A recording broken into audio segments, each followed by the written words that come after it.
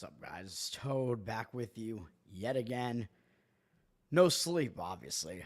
Back just to break down this morning card. I'm not adding any plays. I do have one play today. It's in the NFL.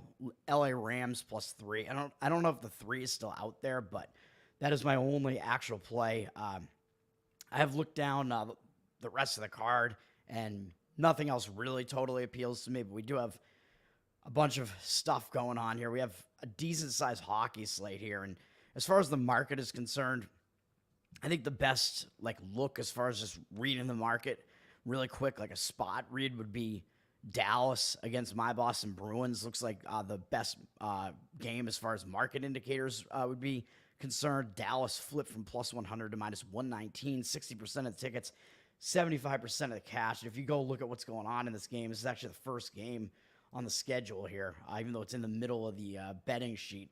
Bruins, they're returning home from a road trip. It's just not really a long road trip duration-wise, but I took them out into the mountain time zone, elevation, and then to Nashville, and they gave up a game to Nashville to give Nashville their first win, which is a game I won on. I had Nashville in that one the other night.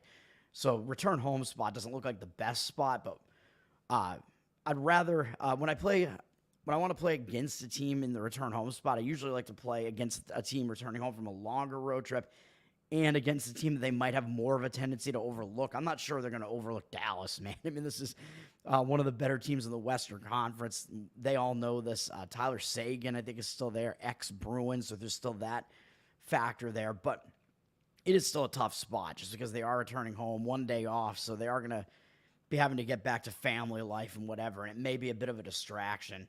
Whereas for Dallas, they're already on the road trip. They already started road trip here. Only a 2-game road trip, and they started it off not well, losing to Buffalo. So maybe they were looking ahead to Boston a little bit. They don't really have anything up next. They have these neutral site games against Florida, which I think are in – I forget where those games are. I think they're in some different country. I don't know. Once we get to that, I'll talk about it. But I think they're in more of a bounce-back spot because they lost to Buffalo. Likely looking ahead here, and they're not going to be looking ahead to Chicago. So lean to Dallas there. Minnesota, I thought maybe in a bad spot. First look at this. This is the other game I won on the other night, was Minnesota over Florida. Florida, I thought, was in a bad spot, kind of a sandwich spot, I believe. Minnesota's in the middle of a long road trip here, having to do the Florida leg here, so having to play 2 games in Florida like this, usually not that easy to win both of them, and they crushed Florida, so that's a big win, man, against the returning champs. And now they have to go to play Tampa Bay, although Tampa Bay, also a good team, so probably still going to draw their focus. It's just a matter of, is Minnesota going to run out of steam or anything like that? Tampa, they're actually returning off a road trip as well. It took them up by the East Coast, basically, and up into Eastern Canada, only for 3 games, and they won the last game on the road trip after going winless in the first 2 games to take their first 2 losses of the season. Weirdly, the game that they won was the one game where Vasilevsky didn't play, but he, I assume, is back in net. I think they just gave him a rest and a back-to-back. So kind of a weird spot there, and my look in that one would probably have been more towards an over, but the total has gone down a little bit with just less juice on the over 6 there. So this one's a tough read. Tampa's down from -145 to -140. 76% of tickets, 91% of the cash. And Florida, New York is a big game, obviously. Florida, they're coming off that ugly, ugly loss to the Wild, where I think maybe they were looking ahead to the Rangers here. Rangers still, I believe they only have 1 loss, and it was in overtime against Utah, so they've been playing really well. But they're returning home from a road trip that took them to Eastern Canada as well. Detroit and Eastern Canada for 3 games. They swept the road trip and looked good and scored a lot of games there. Scored a lot of goals there on that road trip. But not a long road trip. And on the return home, I mean, Florida's not a team they're going to have a tendency to overlook. So as distracted a spot as it might be, they're not going to overlook Florida. Rangers up from -145 to -148. I don't see any percentages yet. So it's an interesting game, but it's a really tough game to read. And then Carolina, they just beat the Oilers, which is a pretty big game as well, beat the Western Conference finalists from last year. Now they're continuing on the road trip there in the Alberta leg. They're over to Calgary, who I think is still undefeated, maybe. No, they have one overtime loss, but Calgary, I mean, this is a difficult opponent as well, the way that they've been playing so far. So tough read here as well. My initial thought was, Carolina's probably in a letdown spot, but are they really going to just show up not focused for Calgary? I don't think so. I think it's a matter of, are they going to run out of steam at all? But Calgary, I mean, this is an interesting line because the odds makers are kind of telling you that maybe Calgary isn't what their record would indicate that they are. Carolina's up from -150 to -152 as a pretty strong road favorite. So looking at the team's records, that looks a bit misleading, right? Like, why would a 3-2 team be a road favorite against a 5-0-1 team? The odds makers are telling you Carolina is actually the better team here, but the public seems unfazed and still coming in on the Carolina side. 79% of the tickets and 78% of the cash. So that's a difficult read as well. It's one of those lines that makes you really think, though, and question it, with the odds makers telling you that these records are not really these teams are not really what they appear based on their records. And then the LA Kings are returning home from a really long road trip. I mean, I don't even think they played a home game yet. So this is going to be their home opener this far into the season, which is crazy. They've played whatever this is, 7 games all on the road. They came back from the East Coast in Eastern Canada and played against Anaheim, as I mentioned a few days ago. So they kind of returned back to their home area. So they may have done some things at home while they were still there.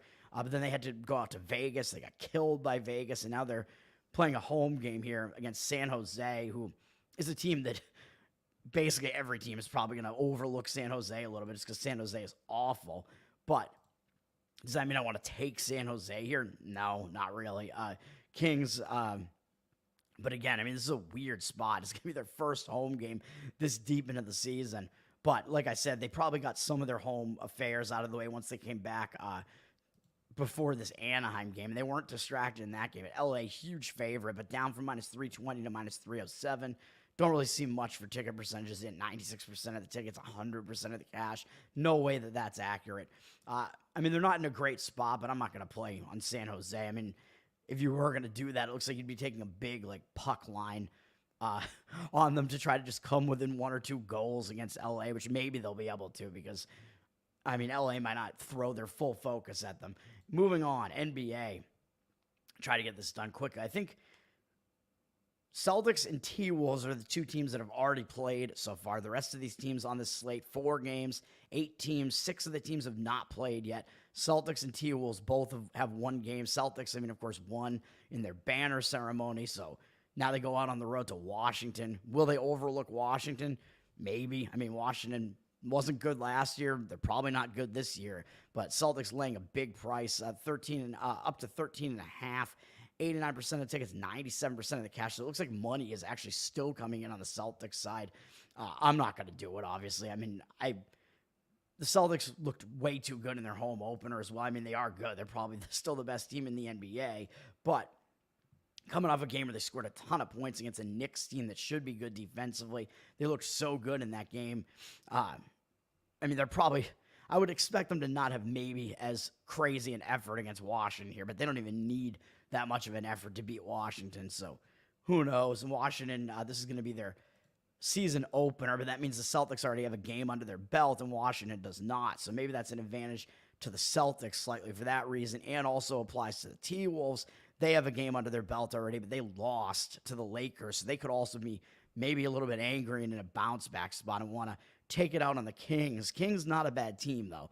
Playoff team the last couple of years, I think. T-Wolves have flipped from 1-point dog to a 2-point favorite. Odds makers telling you they're the better team. T-Wolves, probably one of the top couple teams in the Western Conference right now this year. So they are definitely better than the Kings, unless we see something change. But they got 54% of tickets on them and 67% of the cash on the other side.